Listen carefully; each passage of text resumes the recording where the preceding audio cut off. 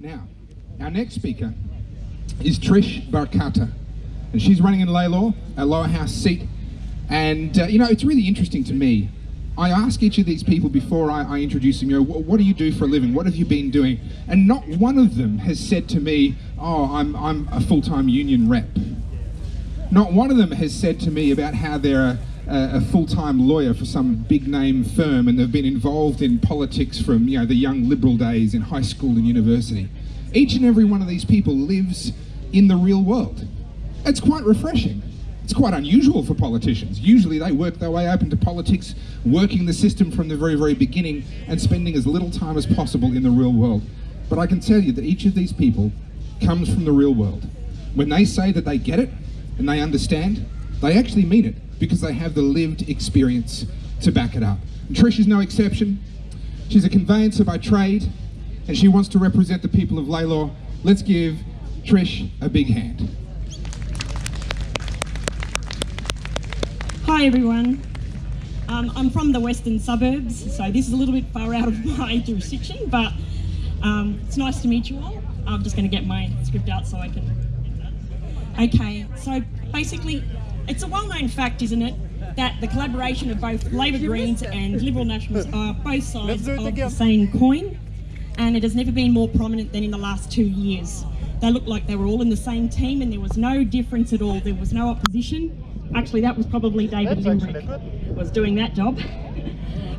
So the other day I was out in Werribee Central and I took a video of the side of our Wyndham Cultural Centre, a big government building in the middle of the town.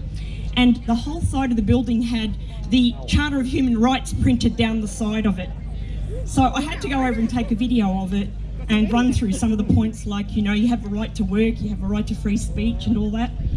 And I thought that was quite poignant considering that's a government building and they've taken all that away and give it back in dribs and drabs when they feel like it. So they don't follow their own words, do they? So when you think about it, the total government domination that we've had may have seemed like the safer option when the virus struck, but how is it looking now? Obviously no one's happy about it.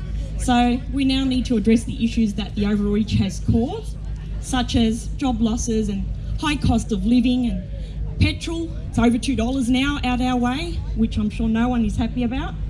And then of course the inevitable rise of inflation and the taxes that they're already stating that they're going to put out to try and fix the huge deficit that they put us in.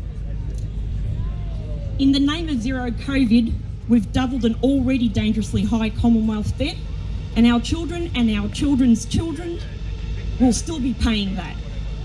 It's fiscally irresponsible that they've done that and left that debt for our children to pay. That's not what the government should be doing. So I've never seen such division in society that's been deliberately caused by those in power.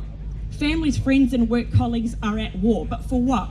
Because they don't have two different ways of looking at a medical procedure. So the divide between the haves and the have-nots has widened, and the divide between those that have complied and those that have not is criminal, as far as I'm concerned. But that's not the future I want for Australia. Australian federal politics needs a radical jolt. We need real leadership, and it really feels we only have a choice of two evils right now, and both the major parties are focusing on political point scoring rather than doing what they were elected to do. I'm sick of it. We hear it every day. They're not listening to any of their constituents. They do what they want, basically. So without the Lib Dems, which is why I joined, to hold them accountable, they will insist on creating legislation that's based on what the government of the day wants, rather than working with what the public wants. So those in power are not reading the room. Mandatory vaccination and compliance does not mean everyone is happy about it. Most of the people I've spoken to only followed through with it so they could keep their job and put food on the table. So at the next election, you get to vote for the future that you want. Do you want more of the same old ways, or will you join us and usher in a new era of less government and more freedom? Thank you. Thank you, Trish Barcatta. Thank you very much. That was a very good speech, actually.